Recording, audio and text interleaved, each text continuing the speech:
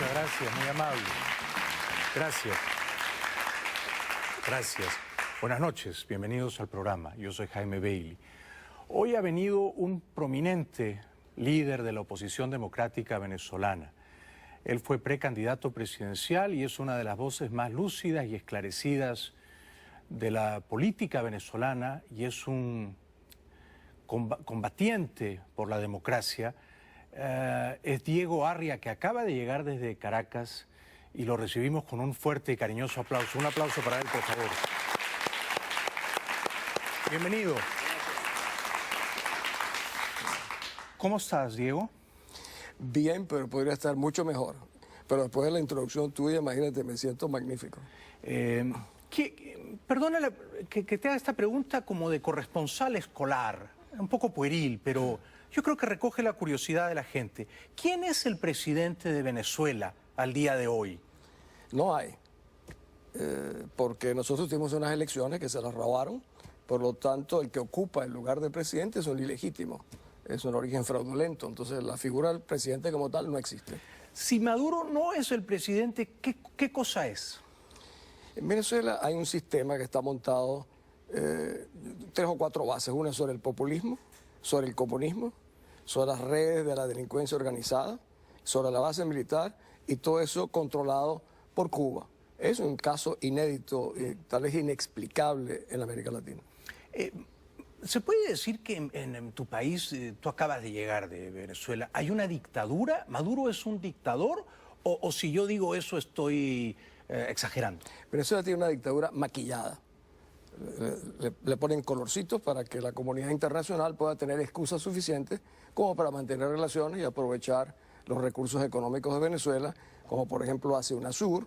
Yo en el Comercio de Lima la semana pasada, en una entrevista decía que UNASUR estaban convertidos en unos coimeros, porque estaban simplemente aprovechando la riqueza venezolana. O sea, ese maquillaje sirve para que digan, no, no es una dictadura, no es comunismo. No, o sea, Maduro es un dictador. Maduro no tiene ni siquiera, Maduro es un ilegítimo. Yo no le doy ni siquiera la estatura para eso. El régimen como tal sí es un régimen de una dictadura. Y entonces, ¿y Enrique Capriles qué cosa es? Porque yo estuve la otra noche con él en Bogotá y yo lo llamé presidente. Para mí él es el presidente electo de los venezolanos. Para mí también lo es, y lo es para más de la mitad del país. El problema ahora es cómo en Venezuela no es suficiente triunfar para ganar. Hay que tener la fuerza para imponer ese triunfo, y ese es parte del proceso de rescate que yo creo que tiene que ser la máxima prioridad de los que creemos en la democracia. Pero no, si tú te encuentras con Enrique Capriles, ¿tú le dirías presidente, como le dije yo en Bogotá? Sí, yo no tengo ni... Por cierto, tú fuiste el primero, y yo creo que eso fue una manera de acentuar para la América. ¿Hice bien? Hiciste muy bien. No. Ahora él tiene que asumir ese rol. Gracias. Bueno, yo solo quería recordarle que él tiene ese mandato, ¿no? Él tiene que asumir ese rol ahora de que él es el presidente electo y como tal se debe a lo que él dijo. Yo defenderé los votos, denme la confianza, yo liderizaré este proceso. Pero como él tiene que estar consciente que cuando tú haces un cheque, como un voto, no son sin fecha y no son en blanco, sino que te lo dan para cierta fecha. Él tiene una fecha adelante. Él me dijo en Bogotá que él cree que a Maduro le sumaron 600.000 votos fraudulentos, ¿no? Que él calcula que sacó, Capriles digo, 7 millones casi y medio de votos, pero que Maduro no sacó 7 millones siquiera.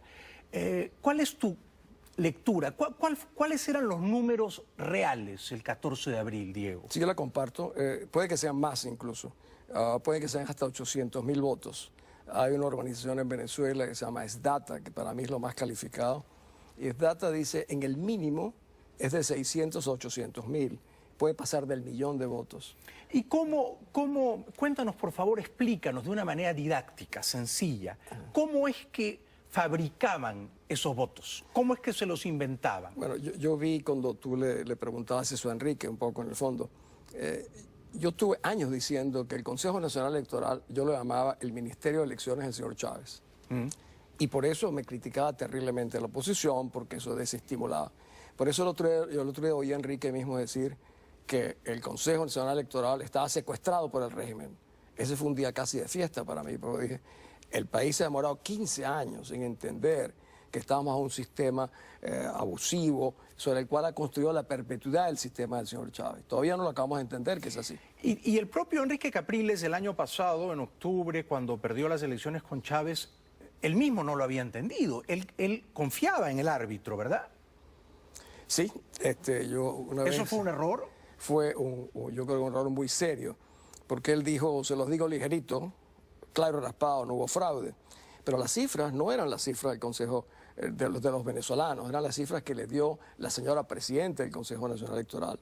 En ese momento no teníamos las actas, creo que era el 5%, 3% de las actas. Fue una precipitación. Y el problema es que ahora estamos pagando el costo de 14 años de estar diciendo no desestimulemos a los venezolanos, si decimos que es un ente tramposo la gente no va a votar. Yo siempre decía, no subestimen a los venezolanos. Los venezolanos son capaces de entender, mejor decirles a lo que tenemos que enfrentarnos para que salten, para que lo superen. Por eso estoy muy contento que después de 15 años la gente lo entienda que es así. Sin embargo, aparentemente no lo entendemos correctamente todavía. Recojo el espíritu de la pregunta que quedó ahí colgada. Es decir, ¿cómo urdieron la trampa? Bueno, en parte de la impugnación que presentó la Mesa de la Unidad y el mismo Capriles está el número de personas fallecidas que votan. Sí. Que se ha negado el Consejo Nacional Electoral a revisar. Enrique dio una cifra cercana a 200.000 personas. Son 220.000, decía. 220.000 muertos que votaron por Maduro. Exactamente. Y hay, por ejemplo, cuando tal vez debo explicarte algo. El sistema venezolano en general, el régimen, está montado sobre listas típico de los regímenes policiales. Por ejemplo, si tú quieres comprar un carro en Venezuela o venderlo, entras en una lista que tiene el gobierno. Si vas a comprar una casa, un apartamento, igual. ¿Y quién controla esas listas? La controlan los cubanos.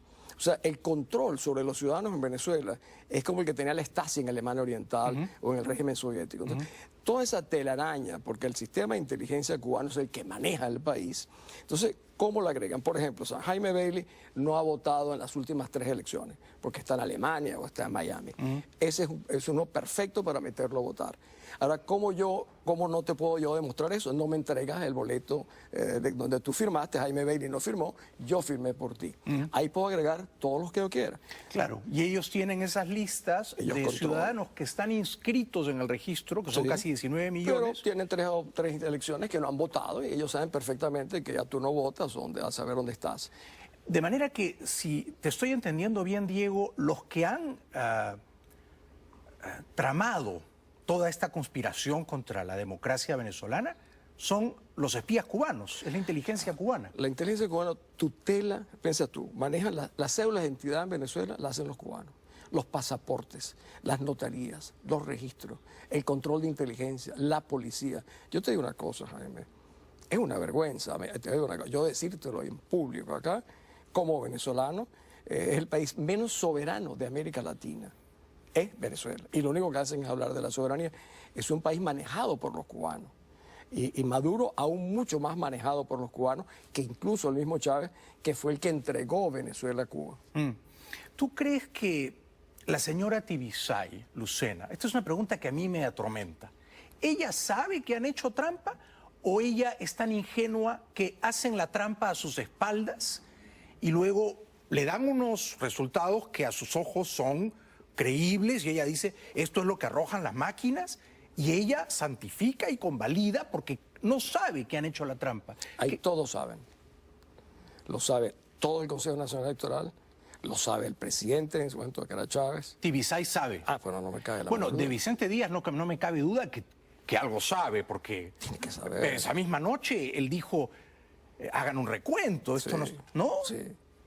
Enrique te contó en esa conferencia de que nosotros pedimos que nos dieran los cuadernos electorales. Sí.